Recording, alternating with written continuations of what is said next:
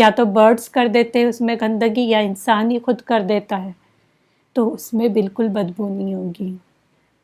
اور دودھ کی نہریں ہیں جس کا مزہ نہیں بدلے گا۔ اب دیکھیں دنیا میں جو دودھ ہم استعمال کرتے ہیں، ایک دن یا 2 دن ہم باہر رکھ کے دیکھیں چینج ہو جاتا ہے نا، اس کا ٹیسٹ کیا ہوتا ہے، دہی بن جاتا ہے، اور وہ اگر کوئی پیے بھی تو بیمار پڑ جائے۔ اس دودھ کی نہر ایسی ہوگی کہ اس کا مزہ بھی بدلے گا نہیں، ٹیسٹی ہوگی، اس دودھ کی طرح نہیں ہوگی۔ کچھ لوگوں کو ویسے بھی دودھ پسند نہیں ہوتا ہے پینا، لیکن وہ ویسے نہیں ہوگا دودھ جیسے اس دنیا میں ہے۔ اور شراب کی نہریں ہیں جن میں پینے والوں کے لیے بڑی لذت ہے۔ شراب کی بھی نہریں ہوں گی جو بہت ٹیسٹی ہوگی، اس دنیا کی طرح نہیں ہوگی۔ انشاءاللہ آگے میں بتاؤں گی شراب کی نہروں کے بارے میں تھوڑا سا۔ اور شہد کی نہریں بھی ہوں گی جو بہت صاف ہے، یعنی صاف شفاف۔ یہاں کیا ہوتا ہے، شہد ہم خریدتے بھی ہیں تو کیا ہوتا ہے، امپیورٹی ہوتی ہے نا، کہتے ہیں 100% پیور ہنی کر کے، لیکن کیا وہ پیور ہوتا ہے؟ کبھی گڑ ڈالا ہوا رہتا ہے، کبھی شوگر ڈالی ہوئی رہتی ہیں، وہ تو ایک دم پیور، صاف، کلین بھی ہے۔ تو اس طرح سے اب دیکھیں شراب جو میں نے کہا، شراب اس کو عصیر بھی کہتے ہیں۔ عصیر کا مطلب کیا ہوتا ہے، جوس، یہ بھی اس کے لیے بھی شراب کا ورڈ استعمال ہوتا ہے، جوس کے لیے۔ یا خمر جو شراب بولتے ہیں، جنرل ہمارے اردو میں بھی بولتے ہیں شراب، خمر، اس کے لیے بھی بولا جاتا ہے شراب۔ وہاں کی جو شراب ہوگی وہ کیسی ہوگی اس کے بارے میں بھی آتا ہے سورہ صافات آیت نمبر 46 to 47 میں۔ جو شراب کی نہریں ہوں گی نا وہ صاف شفاف ہوگی اور پینے میں بھی لذیذ ہوگی، بہت ٹیسٹی ہوگی، اور ساتھ ہوگا کیا، نہ اس سے درد سر ہو، یعنی اس سے کسی کا سر درد نہیں ہوگا، کیونکہ اس دنیا کی شراب پینے کے بعد کچھ لوگوں کے سر درد ہوتے ہیں، تو وہاں سر درد بھی نہیں ہوگا، اور نہ ہی مدہوشی کی وجہ سے وہ بہکی ہوئی باتیں کریں گے۔ یعنی کیا ہوتا ہے، یہاں شراب کوئی پیتا ہے تو کیا ہوتا ہے، کبھی اس گٹر میں گرا ہوا ملائے گا، یا کہیں کچھ بہکی بھی باتیں کر رہا ہے، سیدھا چل بھی نہیں پاتا ہے، مدہوش ہوتا ہے، وہ ہوش میں نہیں ہوتا ہے، کچھ بھی گالی گلوچ بولنا شروع کر دیتا ہے۔ ہوتا ہے نا، آپ نے دیکھے ہوں گے شرابیوں کو کس طرح سے باتیں کرتے ہیں، اور صحیح سے وہ چل بھی نہیں پاتے، چلتے چلتے گر جاتے ہیں، ہوش میں نہیں رہتے ہیں۔ ویسی نہیں ہوں گی وہ شراب، اس طرح کی نہیں ہے یہ شراب۔ تو آپ سوچیں کہ جس باغ میں پھلوں اور دوسرے کھانوں کے علاوہ نہریں بھی ہیں، یعنی پھل ہی نہیں صرف، برڈز ہی نہیں صرف، کھانے کی چیزیں ہی نہیں صرف، بلکہ نہریں بھی ہیں، وہ اور زیادہ خوبصورت ہوتی ہیں، خوبصورتی اس میں اور آ جاتی ہیں۔ پھر تحتیہ الانہار، ان کے نیچے سے نہریں بہہ رہی ہوں گی۔ اب نیچے سے نہریں کا کیا مطلب ہے، اس کے کئی مفہوم بیان کیے گئے ہیں، لیکن اصل جو حقیقت ہے وہ تو اللہ ہی جانتا ہے کہ کیا حقیقت ہے، کیسی نیچے سے جو بتائی گئی ہے بات، وہ کیسے نیچے سے ہوگی۔ یاد رکھیں ہم یہاں پر اس دنیا میں اس کو امیجن نہیں کر سکتے کہ نیچے سے یعنی کیسے، اور امیجن کیے بھی تو وہ خوبصورتی ہم نہیں لا سکتے۔ کیونکہ صحیح بخاری میں بھی آتا ہے کہ رسول صلی اللہ علیہ وسلم نے فرمایا کہ اللہ تعالیٰ کا ارشاد ہے کہ میں نے اپنے نیک بندوں کے لیے وہ چیزیں تیار کر رکھی ہے جنہیں نہ آنکھوں نے دیکھا، نہ کانوں نے سنا، اور نہ کسی انسان کے دل میں ان کا کوئی خیال بھی گزرا۔ یعنی ایسی چیز تیار کی ہوئی ہے نیک بندوں کے لیے۔ بس اس دنیا میں جتنی لیمیٹڈ لائف ہے نا، اتنی لیمیٹڈ لائف اللہ کے حساب سے زندگی اپنی گزارنے کی کوشش کریں۔ اس زندگی میں یہ سب چیزیں وہاں پرماننٹ ملنے والی ہیں، جو یہاں پر عارضی چیزیں ہیں نا، وہ عارضی چیزیں صرف کچھ دنوں کے لیے، لیکن یہ چیزیں جو بھی آمنو وعملوا الصالحات کرنے والے ہیں ان کے لیے پرماننٹ چیزیں یہ ملنے والی ہیں، اور وہ ایسی چیزیں ہیں جو کسی انسان نے دیکھا تک نہیں، اس دنیا میں پاسبل ہی نہیں ہے دیکھنا، اور کسی کے کانوں نے بھی وہ بات سنی نہیں کہ کس طرح کی خوبصورتی ہوگی، اور انسان دل میں بھی خیال نہیں کر سکتا۔ سورہ سجدہ آیت نمبر 17 جو ہے، اس آیت میں آتا ہے کہ اعوذ باللہ من الشیطان الرجیم، بسم اللہ الرحمن الرحیم، فَلَا تَعْلَمُ نَفْسٌ مَّا أُخْفِيَ لَهُم مِّن قُرَّةِ أَعْيُنٍ جَزَاءً بِمَا كَانُوا يَعْلَمُونَ۔ کوئی نفس نہیں جانتا جو کچھ ہم نے ان کی آنکھوں کی ٹھنڈک ان کے لیے پوشیدہ کر رکھی ہے، یعنی آنکھوں کی ٹھنڈک کے لیے جو بھی مخفی رکھی ہے، پوشیدہ رکھی، ہڈن رکھی ہے، وہ کوئی نفس، کوئی انسان نہیں جانتا۔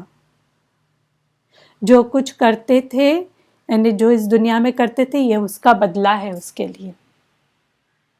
ویسے بھی ہم اس دنیا میں جو کرتے وہ اتنا بدلہ ہمیں نہیں ملے گا، اس سے زیادہ بدلہ ملے گا جنت میں۔ ہم حقیر سی محنت کر رہے ہیں اس دنیا میں، لیکن وہاں جو ریوارڈ ملنے والا ہے وہ ہم جو یہاں کام کر رہے ہیں اس کے بنسبت کئی گنا ہوگا، وہ اللہ کے راضی ہونے کے بعد ہمیں مل پائے گا۔ اللہ کی بڑی نعمت ہوگی۔ اس دنیا میں ہم ایک چیز کرتے ہیں، بس ایک ہی انعام ملتا ہے ہمیں، لیکن اس دنیا میں ہم ایک چیز کریں گے، اس آخرت میں، یعنی جو دنیا میں ہم نے آخرت کے لیے کیے، تو اس آخرت میں اس کے کئی گنا زیادہ ہمیں ریوارڈز ملیں گے۔ تو اس دنیا میں ہم امیجن نہیں کر سکتے کیسے نیچے سے نہریں بہ رہی ہوں گی، لیکن بہرحال کچھ علماء نے جو مفہوم بتائے ہیں، ایک عالم نے بتائی کہ جنت اونچی جگہ پر ہوگی، جیسے ہل وغیرہ جیسی چیز ہوگی، وی ڈونٹ نو، اب اللہ عالم، کہ ایک اونچی جگہ پہ ہوگی اور نہریں اس کے نیچے سے بہ رہی ہوں گی۔ تو ایک خوبصورت منظر ہوتا ہے۔ اس دنیا میں جو ہوٹلز یا ریسورٹ وغیرہ ہوتے ہیں اونچائی پہ، تو ان کے سامنے اگر کوئی ندی بہ رہی ہو یا سمندر بہ رہا ہو تو کتنے ایکسپینسیو ہوتے ہیں یہ ہوٹلز یا ریسورٹ۔ پھر بھی کئی لوگ اپنی خوشی کے خاطر بڑی سی بڑی قیمت دینے بھی تیار ہو جاتے ہیں، لیکن جنت میں کوئی قیمت نہیں دینی ہوگی۔ کھانا پینا، رہنا، گھومنا سب فری ہوگا وہاں پر۔ تو یہ جو جنت ہوگی وہ ایک دم جیسے اونچی جگہ پہ ہوں گے اور اس کے نیچے سے نہریں بہ رہی ہوں گی، ایک خوبصورت منظر ہوگا۔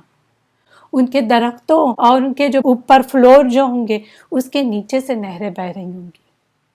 اور دوسرا مفہوم کیا کیا گیا ہے کہ فرش کے نیچے سے پانی شاید بہ رہا ہوگا، یعنی فرش ہوگی جیسے گلاس کی فرش ہوتی ہے نا، تو اس فرش کے نیچے سے نہریں بہ رہی ہوں گی۔ جیسے سلیمان علیہ السلام کا جو فرش تھا وہ کس کا تھا؟ شیشے کا تھا، گلاس کا تھا، اور اس شیشے کے نیچے سے پانی بہتا تھا، اور ایسا لگتا تھا کہ یہ فرش نہیں ہے بلکہ وہ پانی بہ رہا ہے۔ وہ گلاس نظر نہیں آتی تھی بلکہ ایسا لگتا تھا یہ پانی بہ رہا ہے۔ اس لیے کیا ہوا تھا کہ ملکہ بلقیس جب ان کے پیلس میں آئی تھی تو انہوں نے اپنا کپڑا جو تھا وہ اوپر اٹھا لیا کہ کہیں گیلا نہ ہو جائے۔ اس لیے علماء کہتے ہو سکتا ہے اس طرح سے کوئی چیز ہو۔ اور کچھ علماء نے اس کو فزیکلی معنی میں نہیں لیا، یعنی تحت کو فزیکلی نہیں لیا، بلکہ انہوں نے کہا کہ ہو سکتا ہے تحت مطلب انڈر۔ انہوں نے اس طرح کیوں کہا اس کا ریزن ہے۔ ان علماء نے سورہ الانسان آیت نمبر 6 ہے اس کا ریفرنس دیا ہوا ہے۔ کیا ہے وہ ایک چشمہ بولے تو اسپرنگ واٹر جو ہوتا ہے، وہ ایک چشمہ ہے جس سے اللہ کے خاص بندے پئیں گے، یعنی اس اسپرنگ واٹر سے اللہ کے خاص بندے پئیں گے اور جدھر جائیں گے ادھر بہا کر لے جائیں گے۔ یعنی اس چشمے کو کہیں گے رائٹ میں ٹرن ہو جاؤ تو رائٹ میں چلنے لگے گا، لیفٹ میں ٹرن ہو جاؤ تو لیفٹ میں، اور جہاں چاہے وہاں پر وہ اپنی طرف سے اس کو بہا لے جائیں گے، صرف آرڈر کریں گے۔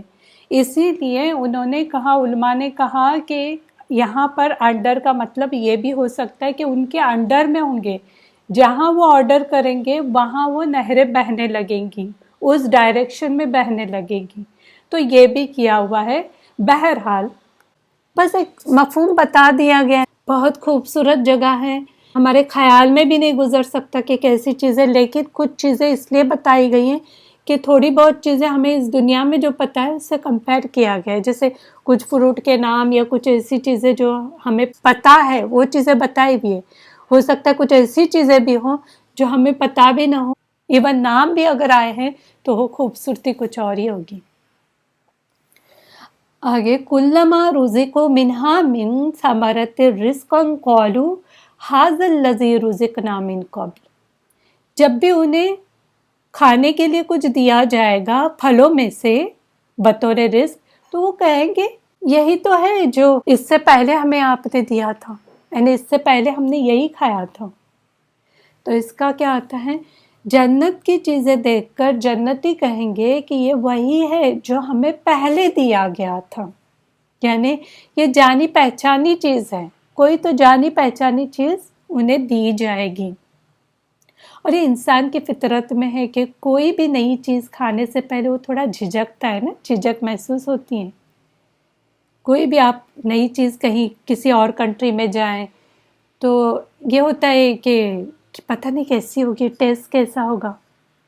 کئی بار میرے ساتھ بھی ہوا تھا، میں ملیشیا بھی گئی تھی، پھر دوسرے بھی ایسے کنٹریز میں گئی تھی جہاں پر کچھ عجیب طرح کے فروٹس تھے، تو پہلے میں نے دیکھی تو میں نے کہا کہ یہ پتہ نہیں ٹیسٹ کیسا ہوگا، جھجک رہی تھی کہ پھر بھی میں نے کھا لیا، بولے چلے دیکھتے ہیں ٹیسٹ کیسا ہوتا ہے۔ تو کچھ چیزیں ایسی ہوتی ہے، انسان وہ فطرت میں ہے اس کے کہ نئی چیز دیکھ کے وہ جھجکتا ہے کہ یہ ٹھیک ہوگی کیا نہیں، مجھے سوٹ کرے گی کیا نہیں۔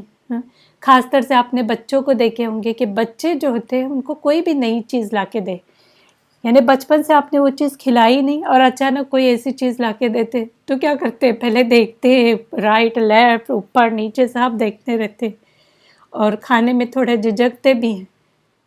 کس طرح مشکل ہوتی ہے نئی چیز بچوں کو دینے کی، کیونکہ انسان اکثر مانوس اور جو من پسند چیز ہوتے ہیں نا، یا عادتاً وہ چیز جو کھاتا ہے اس کو ہی پسند کرتا ہے۔